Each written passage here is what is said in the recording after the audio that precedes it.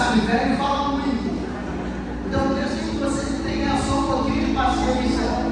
Eu quero fazer você caminhar pelas avenidas de Jerusalém comigo um pouco. Eu quero fazer você entender que Jesus queria tratar aqui hoje sobre essa palavra.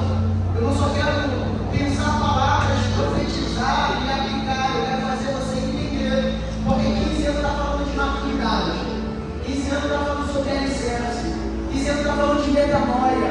15 anos está falando sobre processos que precisa ser deixado para trás para a gente avançar e viver algo novo da parte de Cristo. Então precisa de um pouco só de paciência e eu quero que você prepare atenção. Jesus utilizou do seu ministério terreno pelo menos um terço, incluindo o ministério dele com parábolas. Haja vista que dentro de Mateus, Marcos, Lucas e João, que é conhecido como o Evangelho de Cristo, Jesus utilizou 42 parábolas. Jesus sempre, quando referia essas parábolas, ele não queria somente mostrar uma situação, não queria somente mostrar o conhecimento, ele queria revelar algo do céu. Toda vez que eu utilizava a parábola nos Evangelhos de Cristo, nada mais é do que um descorrer de algo do reino de Deus. Jesus utilizava desta maneira para que todos aqueles que estavam sentados a ouvir entendessem o que ele queria tratar. Haja vista que Jesus contava as parábolas e não as explicava. Por quê, pastor? Porque Jesus só explicava as parábolas dos seus pormenores para os seus discípulos. Então a gente tem duas divisões para quem escuta as parábolas de Cristo. A primeira divisão é a multidão que entende, aprende pela aplicação da historicidade que Jesus está falando. E a segunda divisão, pastor, são os discípulos que não precisam entender ou compreender a história, mas precisam caminhar diante da visão do seu mestre. Porque discípulo que é discípulo precisa estar debaixo de uma visão. Discípulo que é discípulo precisa caminhar segundo uma direção. Não existe discípulo sem direcionamento. Não existe discípulo sem visão. Não existe discípulo sem uma palavra liberada. Porque discípulo que é discípulo sabe quem escuta, sabe quem compreende, precisa entender. O problema aqui, gente, não é não entender. O problema aqui é pensar que é discípulo e não compreender a visão do mestre, a visão do líder, a visão onde quer chegar. Então Jesus tinha essa preocupação. Para a multidão, eu faço entender uma história, mas para quem é discípulo, eu faço entender do reino. Olha para esse não. Eu já vou começar, olha para ele e fala: quem é você? É a multidão que vem ouvir história ou é discípulo que vem saber do reino? Para a multidão é uma história. Quem é discípulo quer saber do reino. Pastor, eu ensino, então eu quero ver agora para a tua vida. Toda vez que Jesus falava uma parábola, ele sempre introduzia com o pensamento que era normal na sociedade. Então Jesus vai usar uma trilogia de parábolas. Não são 3 parábolas. É uma parábola com 3 pensamentos inclusos. Mas só que pensamentos é esse? Jesus vai iniciar uma parábola das coisas perdidas. Parábola de quê? Melhor é isso, parábola de quê? Coisas perdidas. Mais uma vez, parábola de quê? Coisas perdidas. Mas só porque você pode repetir muitas vezes. A psicologia vai dizer que toda vez que eu repito mais de uma vez, eu acabo não só entendendo, eu consigo gravar isso. E quando eu gravo, eu aplico. Quando eu aplico, eu uso. Quando eu uso, eu entendo. E assim vai se dando. Então essa é a intenção que eu quero fazer. Eu não quero só que você escute. Eu não só quero que você receba. Eu quero que você viva essa palavra. Então Jesus, ele começou uma parábola com 3 pilares. Quais são os 3 pilares? As coisas perdidas que precisam ser achadas. A gente diz aqui, muitos pregadores, eu não sou contra isso. Inicia a parábola dentro do pensamento central da parábola. O pastor que perde a ovelha, a mulher que perde a dracma, ou o pai que tem 2 filhos e um deles vai embora. A gente precisa entender qual é o pormenor que se inicia essa parábola. Em Israel havia um pensamento igual ao pensamento. O pensamento é aquele que era santo não poderia estar com o pecador. Aquele que era mestre não poderia sentar com aquele que peca. E Jesus tinha uma visão. E qual era a visão? Jesus era um santo homem de Deus. E ter essa visão como santo homem de Deus, sempre vai haver perseguição. Eu vou liberar para você entender. Toda vez que Jesus depositará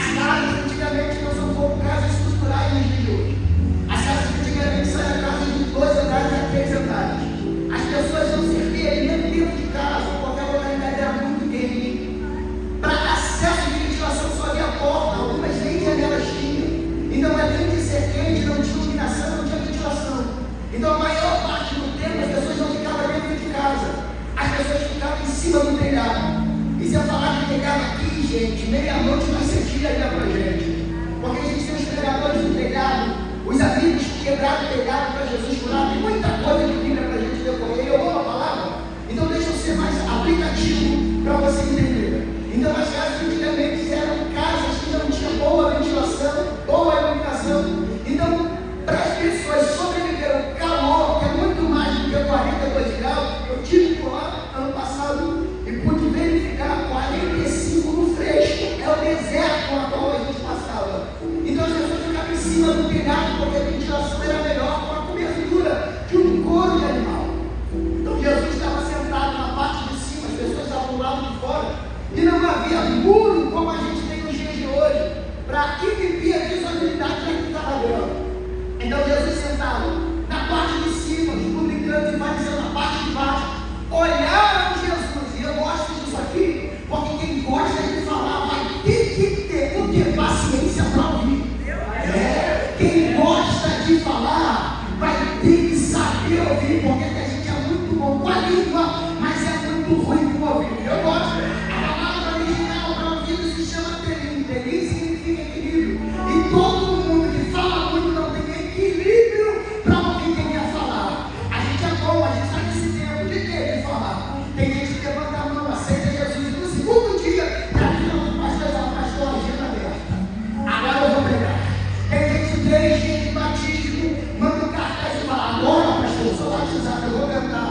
O que é isso, pastor? Está correndo mais do que as pernas, não sentou para ouvir, não tem estrutura para se levantar e falar. Então está alguém do lado de fora, olhando, criticando quem está lá em cima. E eu gosto de Jesus, por mais que vocês abrem falar. Jesus vai parar uma refeição, gente. E isso aqui mexe comigo. Uso do costume da mesa, acaba o pastor Luciano vai dizer que quem está sentado para fazer uma refeição só se levanta depois que todo mundo se alimenta. Então quem está dentro não sai e quem está fora não se mete. Jesus está quebrando uma cultura. E qual é a cultura? Eu paro de me alimentar só para resolver um problema, meu irmão, para levantar o meu irmão. Está liberado a sua vida. Mantenha a mão levantada, uma vai ser bom para levantar as duas mãos, Jesus. Essa é a noite de Jesus.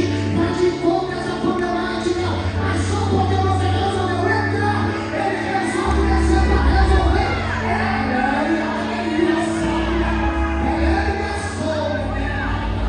Jesus para, ele desce a escada, ele chega no portão. Aí ela fala: como é que você pode dizer que é um santo homem de Deus, um grande mestre, e está sentado com os pregadores? E permita, fale Deus uma palavra.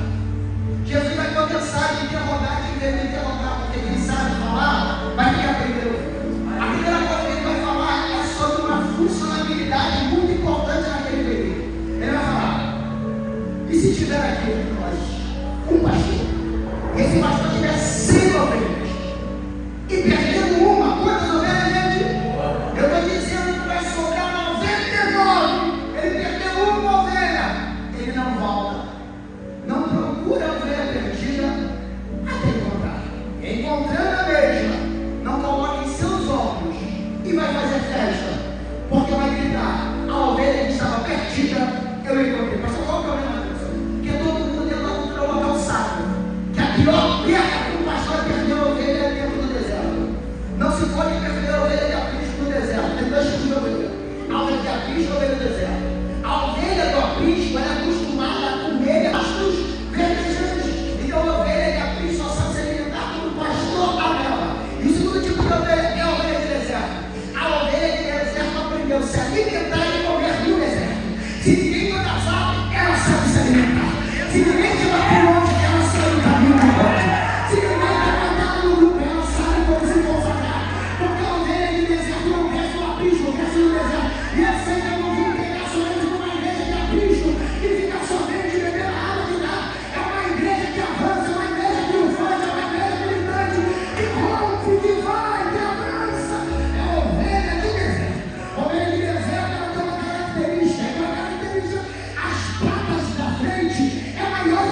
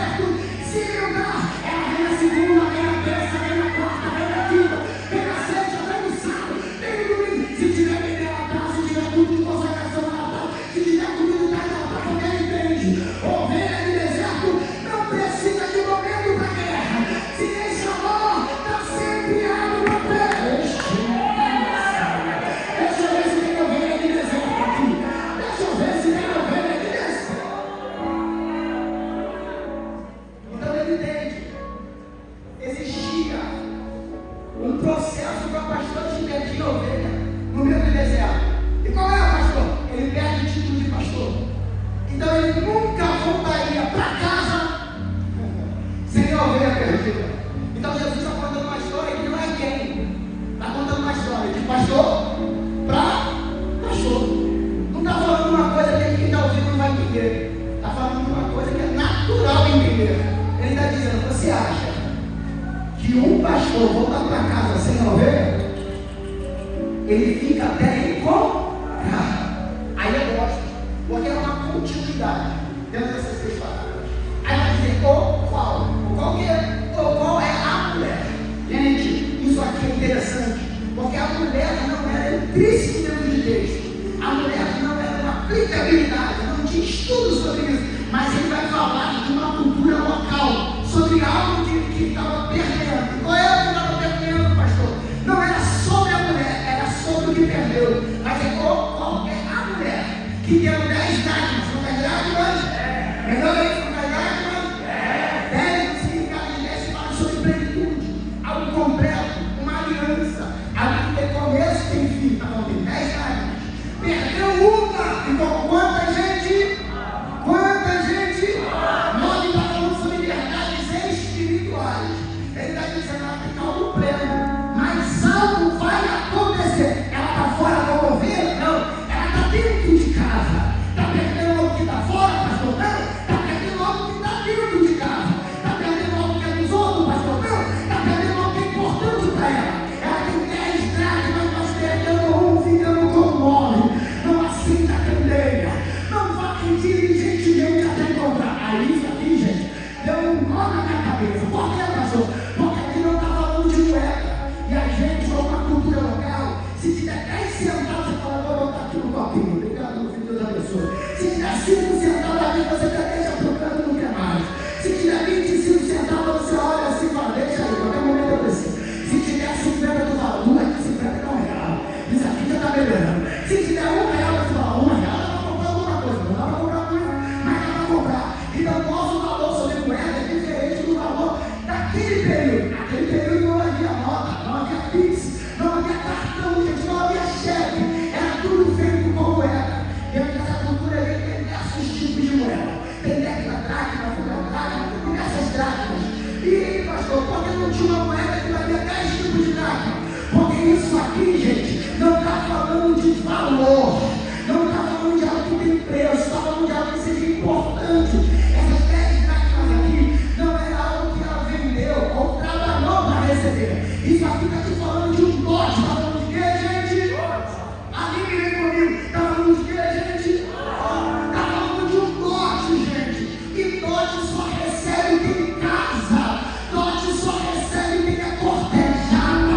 Dote só recebe quem é noiva. Então aqui essa mulher, gente, ela não perdeu qualquer coisa. O que ela está perdendo significa algo muito maior. E sabe qual é o problema, gente? Porque tem muita gente que entra na igreja, está perdendo coisa, mas não está ganhando. E eu tenho um pensamento, pastor Luciano, que hoje aquilo que é pequeno, amanhã se torna grande.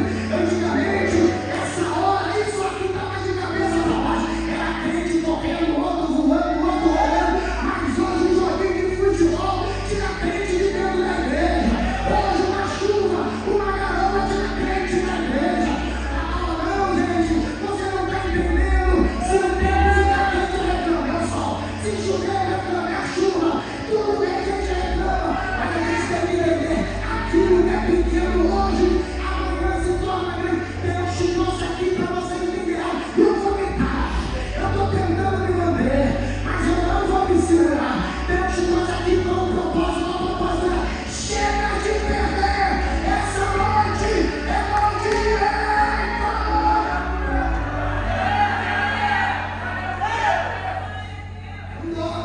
Pastor, como essa mulher poderia receber esse tipo de morte? Antigamente, os casamentos não eram feitos como os casamentos de hoje.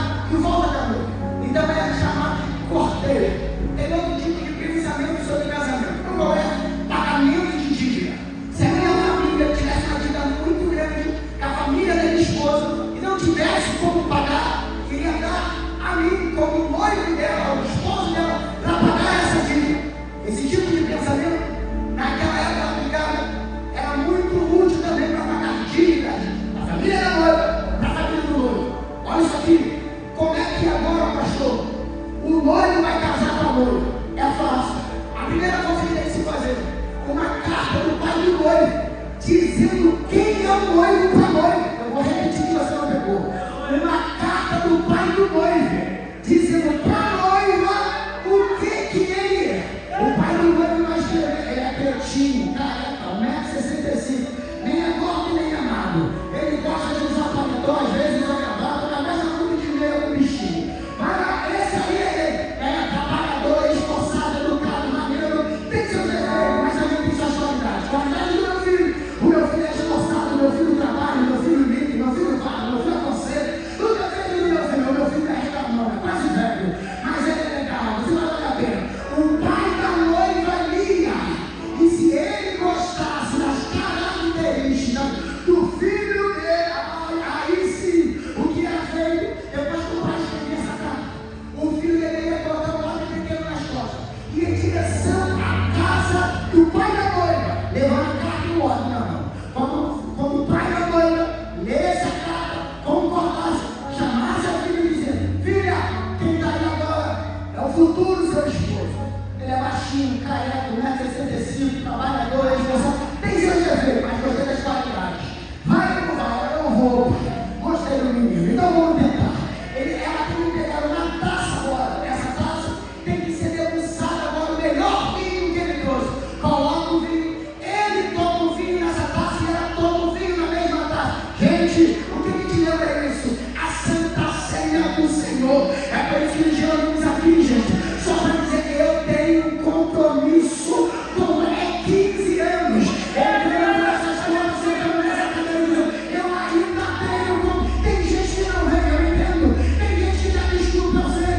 Tem gente que fura a Santa Ceia, eu concordo. Mas deixa eu te falar, quem tem compromisso com ele, quem tem a responsabilidade de sentar. Depois de fazer isso, ele sai de uma empreitada de missão, um sacrifício. Ele sabe o quê? Duas pessoas que sabe o quê? Pastor, que sacrifício é esse? Sacrifício de pagamento. Eu tenho 3 pensamentos que eu quero utilizar nesse tempo. O primeiro pensamento eu não concordo, mas é utilizado. Qual é? Filhinho de papai. Qual é o filhinho de papai? Não precisa trabalhar, meu filho. Fica tranquilo, papai vai te dar. E aí você vai entregar para o pai da menina. Gente, se isso fosse utilizado nos tempos de hoje, nos dias de hoje, a gente não ia ter tanto separação, tanto problema, tanto gabinete, tanto divórcio. Por quê? Porque a gente saberia o característica do noivo e da noiva. Mas tem gente que não pensa nisso. Deixa eu falar, não estou na igreja. Deixa eu produzir na igreja. Como é que é, pastor? A segunda característica é quando o pai e a noiva colocar o noivo para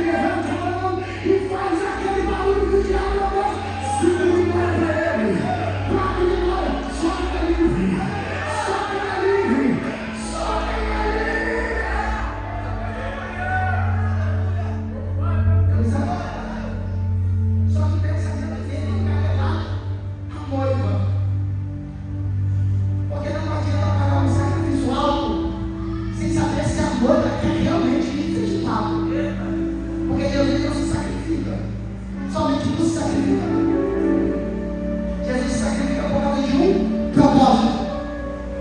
Então aqui, entrelaçado sobre o sacrifício da cruz do Calvário, um alto preço que é pago.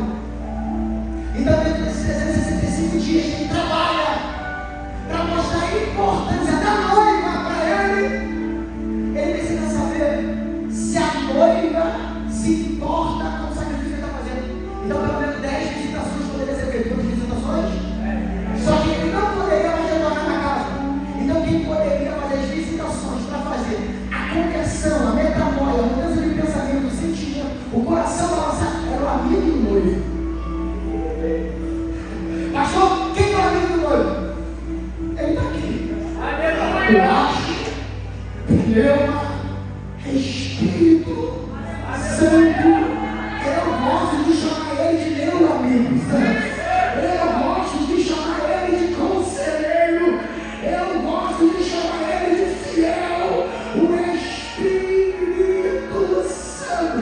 O noivo chamar o melhor amigo e dizer: entra aqui, coloca a mão debaixo da minha coisa e prometa para mim que tu vai visitar ela, vai cortejar ela, vai presentear ela, vai dizer o meu sacrifício para ela. Gente, é por isso que entramos 15 anos por essa escola e somos apaixonados por ele, por o Espírito Santo de Deus. Todo dia, tem dia que a gente levanta e não quer levantar, tem dia que a gente nem faz força lá na roda, tem dia que subir essa escada aí é difícil, mas o Espírito Santo de Deus olha para você, desbota a roupa, ajeita o cabelo, dá uma graxa nesse sapato e vai. Aí você diz: hoje eu vou, mas não vou glória. Hoje eu vou, mas não aleluia. E é na noite do ruim, é na noite do quebrado, é na noite do frustrado que o céu abre, ele toca, te usa. Aí tu vai ficar no meu cantinho. Quando vai ver, você já levantou a mão. Aí tu fala: hoje eu não vou falar com ninguém. Quando vai ver, ele entregou o mistério para um, para outro. Ai, hoje eu não vou fazer nada. Aí o pastor olha para você e fala: me dá uma salvação, me cantar um hino. Aí você louvando, liberando, falando de Deus. Aí quando você volta para casa, você diz: ainda bem que eu fui, ainda bem que eu lembrei. Ah, se o Espírito Santo de Deus não fosse conosco, eu gosto de dizer isso, pastor Luciano.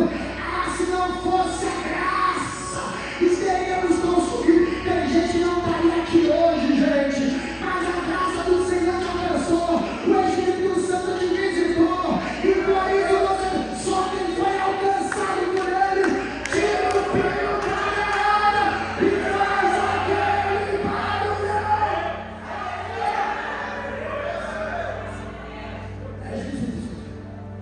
Cada visitação ele leva um presente. A primeira visitação, ele vinha: eu sou amigo do noivo.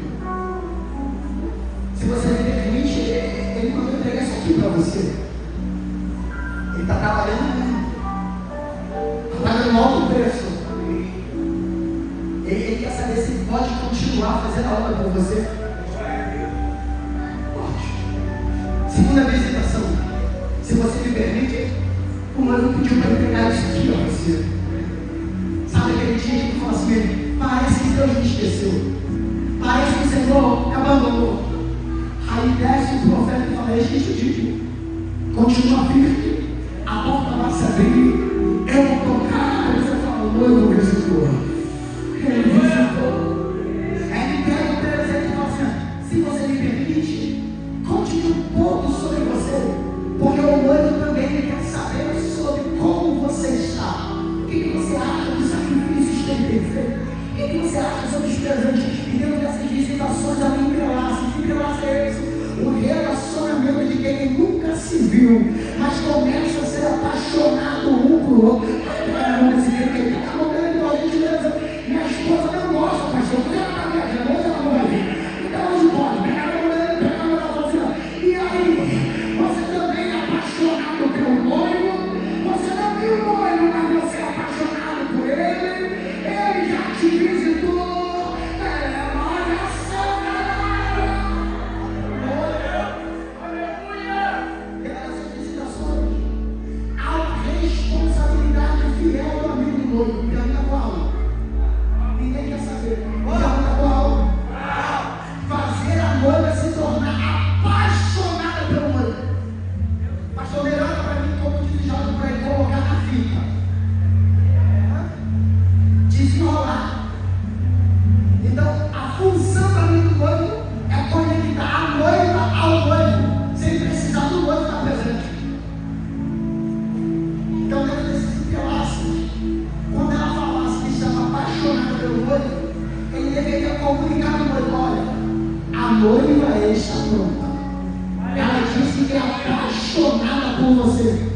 O último presente de cortejo, gente, eu começo.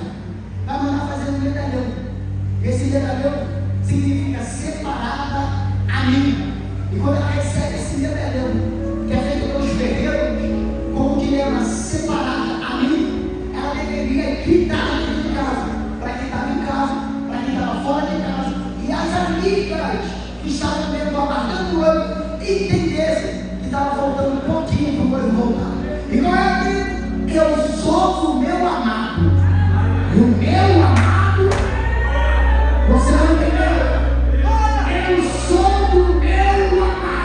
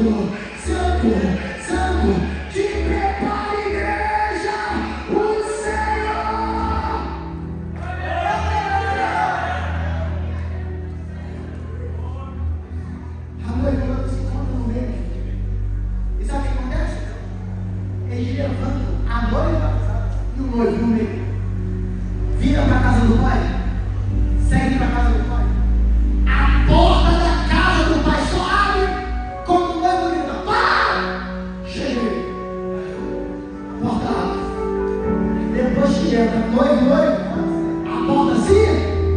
Quem não é parado lá? As 10 5 prudentes, 5 prudentes. As imprudentes não tinham óleo nas suas lâmpadas. As 10 dormiram, meu filho. Mas na hora de acordar para receber o óleo, quem tem azeite, entra. Quem não tem azeite, fica. Não é complicado esse crente que descer no céu fazer. Hoje à noite, que Deus vai descer e encher a sua botija de azeite. Não ajuda esse pretinho careca a pegar. Pega esse dedão do profeta, aponta para ele e fala: não adianta ser vaso. Tem que estar cheio. Vaso vazio não. A partir de hoje, vamos olhar para você e vamos ver. Está cheio. Só esse vaso cheio aqui. Faz barulho de vaso cheio aí, profeta. Barulho de vaso cheio aí. Está passando ele a candelada. Entrou, a porta fechou. Ela permaneceu batendo na porta e disse: abre! Eu sou a amiga da... Alô? Se não fosse amiga da noiva, você não estaria lá fora. Você estaria aqui? Dá uma olhada no carro, pega na mão, não dá confusão. Só dá uma olhada assim. Deixa eu ver se é amiga da noiva ou se morrer. A amiga da noiva tem azeite. Deixa eu ver se tem azeite. Aqui em cima tem azeite. Aqui em cima tem azeite. Tem azeite é diferente, gente. Atrás tem azeite. Aqui no meio não tem. Deixa eu ver se esse lado aqui tem azeite. Tudo de crente com azeite. Deixa eu ver. Já bota, preciso usar, né? Aí, já vou encerrar. Tem 10 minutos da minha mensagem. A importância não é a quantidade da dracma. A importância é o preço do sacrifício. Qual foi de legião? Perder nada? Não. E qual é o problema, pastor? Ela deixou apagar a lamparina. E que problema tem nisso? A gente vive um pensamento errado, onde os dias atuais, quando acaba a luz da nossa casa, quem for muito humilde como eu, pega o fósforo, sem o quê? A vela. Só que naquele período não tinha vela. E naquele período não tinha fósforo. Era pegado duas pedras. Uma pela a outra. Se errasse a pedrada, ia chorar que Deus ia embora. A maioria das pessoas, eu não estou falando de eu estou falando de falar local. A maioria das pessoas fazia trilho de uma pedra, sempre saía ferido e sangrando. Mas a importância não era a dor que estava sentindo, era o fogo. Olha, presidente, eu sei que dói, mas para ter fogo tem que ter sacrifício. Eu sei que machuca, mas para ter fogo tem que ter sacrifício. Eu sei que tem dia que não dá, mas para ter fogo tem que ter sacrifício. Eu tenho uma palavra que eu carrego comigo, gente. Testemunho do meu irmão me alegra, mas o meu testemunho me deixa fraco. Se tu quer ter fogo, te prepara para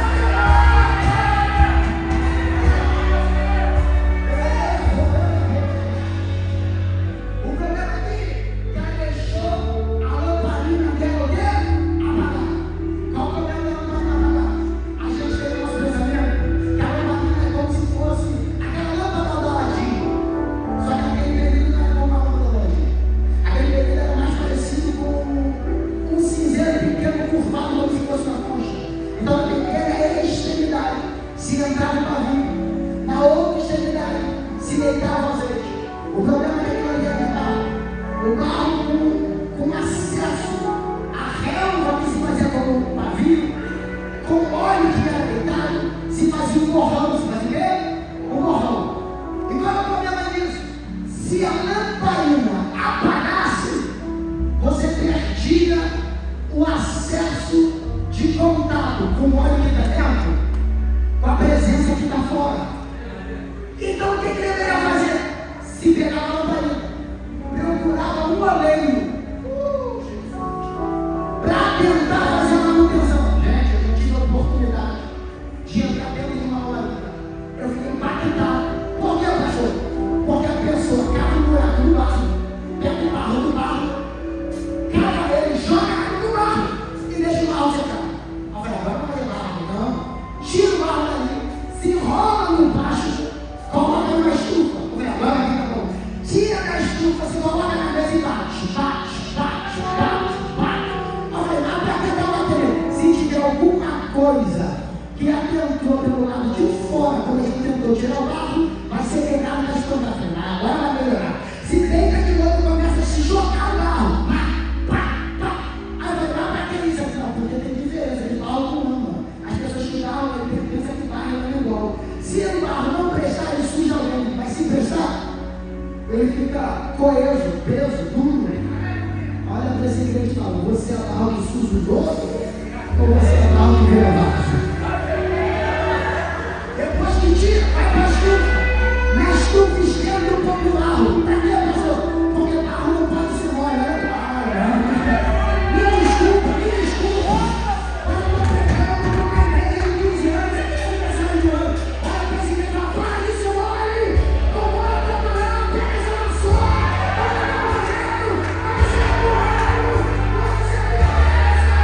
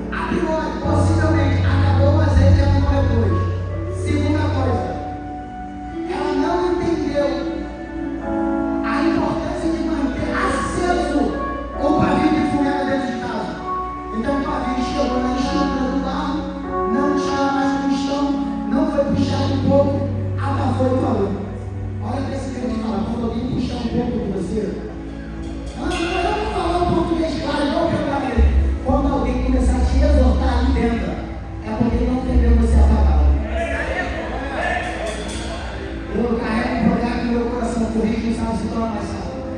Corrige um todos a uma guerra. Gente que não gosta de correção, a Bíblia diz: porque apagou, portas na porta, por falta de azeite. Segundo, a estrutura do pavio bateu no barro, o lugar de barro não tem mais condição. O barro lava, a estrutura que tem que ser mantida acesa. Mas essa mulher vai perceber: eu quero ir para a rua, eu quero fazer uma festa, eu quero sair de casa. Mas para sair de casa, quem tem compromisso, tem que ter aliança. Eu não posso vir aqui casar com a minha esposa há 16 anos, chegar aqui sem aliança, que ele vai dizer: não, tem algum problema no relacionamento do pastor. Ele é casado para ser aliança? Ou a Alessandra pegou ele ou ele pegou a Alessandra? Alguma coisa aconteceu. Então não se poderia acessar a rua sem aliança. Da mesma maneira que hoje há problema naquele tempo, o problema era maior. Pastor, qual é o tipo de problema? Porque todo mundo tem problema e cada um tem problema. Qual é o tipo de problema? Primeiro problema: se ela fosse terminar o tempo, ele puxava uma moeda e dizia: agora você pode ir. Porque todo mundo que te vê vai saber que você está despojado. Segundo tipo de problema: ela perdeu uma moeda e está dizendo: meu esposo morreu na guerra e agora eu estou vivo. Terceiro tipo de problema: ela perdeu uma moeda e está dizendo: rompemos, divorciamos, quebrou, não temos mais unidade e importância um do outro. Qual é o problema disso? Que as mulheres naquele tempo tentavam uma aliança. Ela responsabilizava em passar na rua e ninguém mexia, porque ela era nossa. Ia sair do crédito. Alguém pagou um alto preço por ela. Então esse é o problema. Ela não pode acessar lugar nenhum se ela tiver ainda aliança com o olho. Pastor, e aí? E agora a gente vai. O que acontece, pastor? É fácil. Ela observando o problema que ela tem, perdeu uma vaga. Ela entendeu o processo, ela senta a bandeira e vai à casa diligentemente. Gente, para ser rápido e aplicativo, 3 problemas a gente vê nesse texto. Primeiro problema: ela só perde uma coisa porque não tem mais luz dentro dela. Porque se tivesse iluminação seria fácil de achar, não perderia nada. Quantas vezes a gente está perdendo algumas coisas porque não está ligado naquele que já acabou na nossa vida? E é um livro aqui meio pastoral para você, vai ficar perdendo até quando? Se você pode hoje acender o que está apagado e colocar de novo. Segunda coisa: o escuro conforta. Que é isso, pastor? O escuro é confortável. Por quê? Porque no escuro não se vê a luz. Se tem uma coisa que já gosta, é que você anda no escuro. Porque o escuro é confortável. A primeira coisa que você vai perder, ela vai ter que fazer o quê? Arrumar a casa. Se está arrumando a casa, é porque está tudo bagunçado. Essa mulher, a princípio, essa casa, você vai decidir. A princípio, essa casa tem um problemão. Qual é o problemão? Não sabe os riscos que estão ocorrendo. A gente não está falando de casa com piso bonito e porcelanato do céu. A gente está falando de casa que só tem areia dentro da casa, está no deserto. Possivelmente diversos tipos de víboras poderiam entrar aí, como cobra, escorpiões e outras coisas mais. Não manter aceso a casa poderia arriscar a vida de quem estava dentro. Olha para alguém, até quando vai andar apagada arriscando quem está do teu lado. Acabou, glória, mas eu gosto dessa expressão. Segunda coisa do escuro, uma casa que não possuía iluminação, ela possivelmente estava dizendo para todo mundo que estava passando: está vazia. Então ela poderia ser saqueada a qualquer momento. Até quando você vai dar brecha para o aniversário, pegar coisa na sua vida, na sua casa, na sua família? Acende! Terceira coisa, vamos ao final. Terceira coisa: a falta de lamparina acesa não somente colocava em risco com a víbora ou braçaldo. A terceira coisa, gente, isso aqui me deixa deslumbrado por isso. Por que, pastor? Ela está avisando para todo mundo que aquilo que ela possui dentro não tem mais importância, ela não quer ver. Então se apagava. O que Deus vai falar? Deus vai dizer que o fogo tem que ser mantido aceso. O fogo aliado sobre o altar. Função de Samuel: manter o fogo aceso dentro do templo. Qual é a missão naquele tempo? Se você apagar a lamparina, Tudo que está dentro de casa não tem mais importância para você. Sabe que ela estava decretando para todo mundo? Que o sacrifício, o processo de vida que alguém passou para estar com ela, não havia mais importância. E eu sei que eu estou falando para pessoas aqui que está bem vestido, está bem trajado, botou a camiseta da igreja, mas por muitas vezes já pensou em desistir e parar. E talvez até arrumado. Alguém me falou assim: bota a blusa, vamos embora. Só que dentro de você, precisa acender a mesma paixão que tem.